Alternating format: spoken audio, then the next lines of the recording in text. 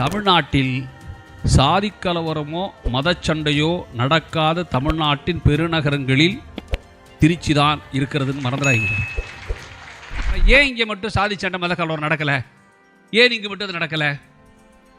ஒரு அடிப்படையான விஷயம் கல்வி, மறந்துடாதீங்க.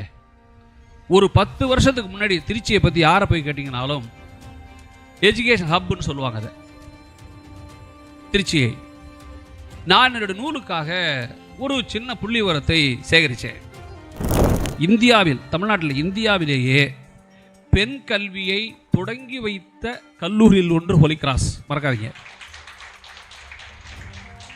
1901 இந்த கல்லூரிக்கான விதை மேரிஸ்டோப்பில் நடப்பட்டு விட்டது. சின்ன பள்ளிக்கூடமாக ஆரம்பித்தாங்க. தமிழ்நாட்டில் திருச்சியில் இருக்கிற மேரிஸ்டோப்பில் இந்த வளாகத்துக்கு 1932 வருது. நோக்கம் பெண் கல்வி. மனசாட்சியோடு சொல்லுங்கள், இந்த கல்லூரியில் படித்துவிட்டு விடைபெற்ற எல்லோரும் கிறிஸ்தவனா,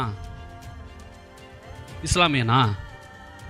திருச்சியில் மதச்சண்டை நடக்காத காரணங்களில் ஒன்று, பழைய 8 கல்லூரிகள், அதாவது நான் சொன்ன மாதிரி பிஷப்பில் ஆரம்பித்து ஜோசப்லேருந்து எஸ்ஆர்சி இந்த கல்லூரி யூடிசி வரையிலும் எனக்கு கிடைத்த தரவு, ஒரு ஆண்டுக்கு திருச்சியின் பழைய கல்லூரி படிக்கிற பிள்ளைகள் எண்ணிக்கை எவ்வளவு தெரியுமா?